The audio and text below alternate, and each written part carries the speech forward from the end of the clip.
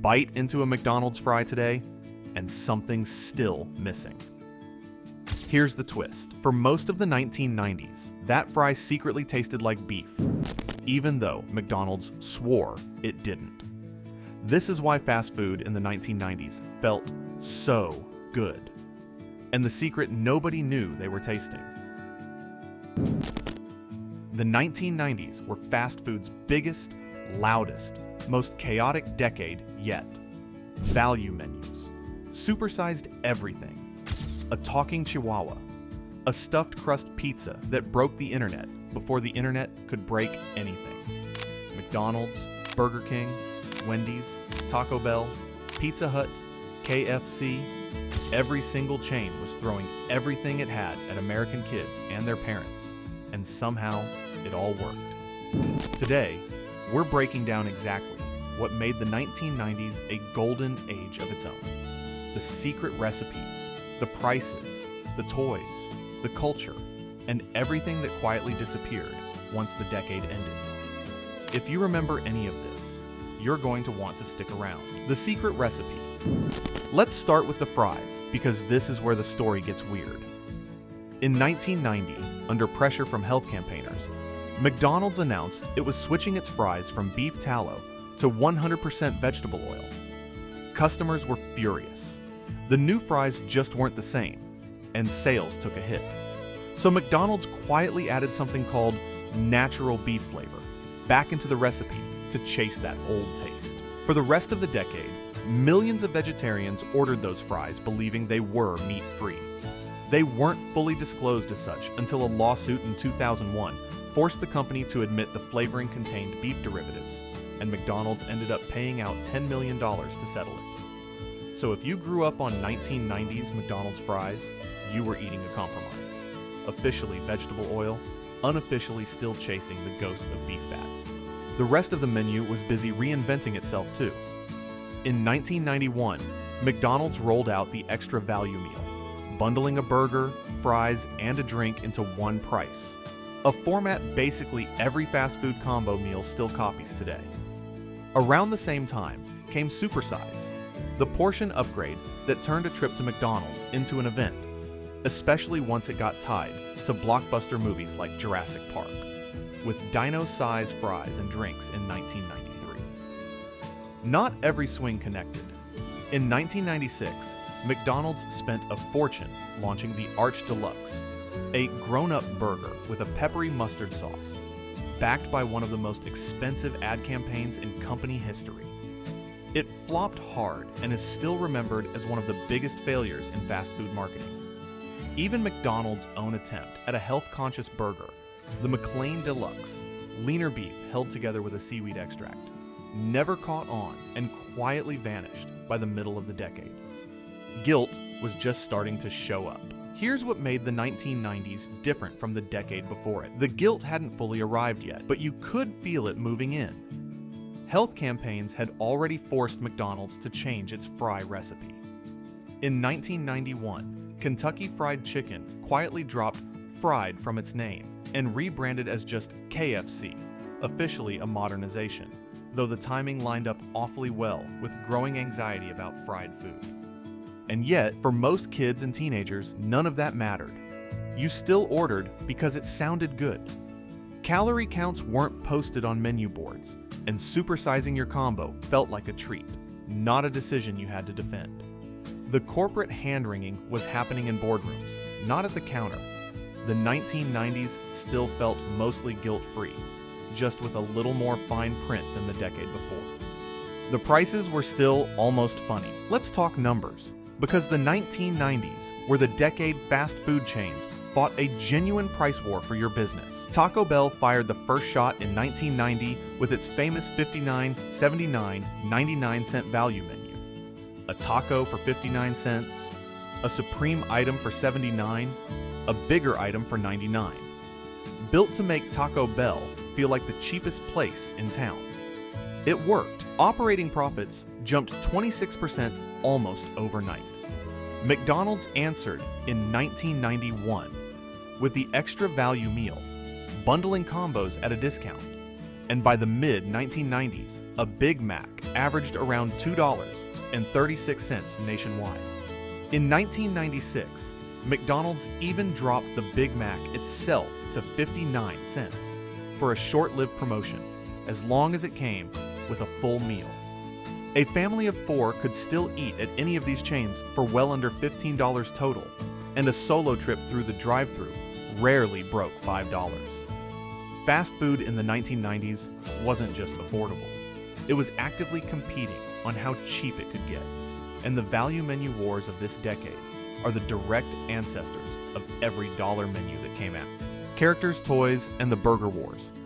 If the 1980s had characters, the 1990s had full-blown mania.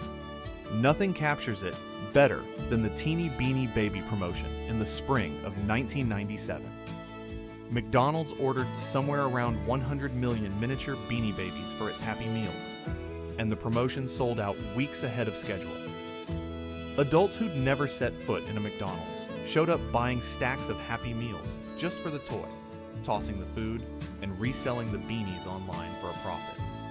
Happy Meal sales doubled during that promotion alone. It remains one of the most successful fast food toy tie-ins ever attempted. Taco Bell answered with a talking Chihuahua. Starting in 1997, the Yo Quiero Taco Bell ad campaign turned a tiny dog into a genuine pop culture phenomenon, showing up on t-shirts, talking plush toys, and in everyday conversation. Meanwhile, Wendy's had Dave Thomas, the company's own founder, starring in every single commercial the chain aired throughout the decade. Well over 800 appearances by the time he was done, until a company survey found that 90% of Americans could recognize him on sight. Burger King had its own answer too, launching the Burger King Kids Club in 1990, complete with its own cast of characters, its own magazine, and toys that rotated with whatever movie was hitting theaters that season. Jurassic Park cups, Batman Forever glass mugs, and dozens of others fighting for shelf space in a kid's toy box. Every trip to a drive-thru in the 1990s came with a decent chance you were about to bring something home worth collecting. Pizza Hut's cheesy revolution. Pizza Hut in the 1990s was still very much the red-roofed, sit-down restaurant families remembered from the decade before, but it also pulled off one of the single biggest product launches in fast food history. On March 25, 1995, Pizza Hut introduced stuffed crust pizza, ringing the outer edge of the dough with a full loop of mozzarella. It sounds simple. It reshaped an entire industry. Within months, Pizza Hut's sales were up 68%. Cheese suppliers couldn't keep up with demand, and rival chains scrambled to copy it. The marketing leaned into celebrity spectacle too, with commercials starring Donald and Ivana Trump insisting you were eating pizza the wrong way if you didn't start with the crust. For a lot of 90s kids, stuffed crust wasn't just a menu item. It was the pizza equivalent of a cultural event, discussed at school the next day, like everyone had watched the same movie. The smoke finally cleared. Two things quietly disappeared from fast food dining rooms in the 1990s. And together, they changed what walking into one actually felt like. First, the Styrofoam. On November 1st, 1990, McDonald's announced it would phase out its foam clamshell containers after years of environmental pressure, replacing them with paper wrapping. That squeaky white box that had defined fast food packaging for over a decade was gone almost overnight, and the rest of the industry followed. Second, the smoke. Fast food dining rooms had been full of ashtrays for as long as anyone could remember. That changed fast in the 1990s. Carl's Jr. banned smoking in December 1990. McDonald's went smoke-free across its company-owned restaurants in February 1994, and Taco Bell followed within the month. For the first time, walking into a fast food restaurant meant the smell hitting you was just food instead of a haze of cigarette smoke. The drive-thru was still an adventure. The drive-thru didn't slow down in the 1990s. If anything, it became even more central to how America ate fast food. You'd still pull up to a crackly speaker, still shout your order twice, and still leave with at least one item you didn't ask for. But it didn't matter, because for a lot of teenagers, the drive-thru lane was still the social center of a Friday night. Pull up, order, park with your friends, and just exist for a while with a bag of fries between you. Fast food parking lots on weekend nights still had their own gravity in the 1990s. Radios playing, nobody in a hurry to actually go home. Your first job still paid in quarters.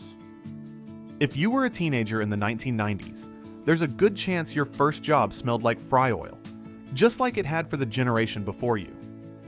Minimum wage climbed from $4.25 an hour in 1991 to $4.75 in 1996 and $5.15 by 1997.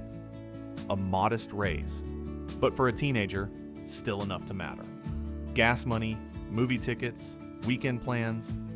Fast food work still carried zero stigma. It was simply what almost everyone did at 16, alongside classmates who'd become lifelong friends over a shared shift in the drive-thru window. What made the 1990s different? So why did fast food feel so good in the 1990s? It wasn't one single thing. It was a fry recipe quietly chasing a flavor it wasn't supposed to have anymore.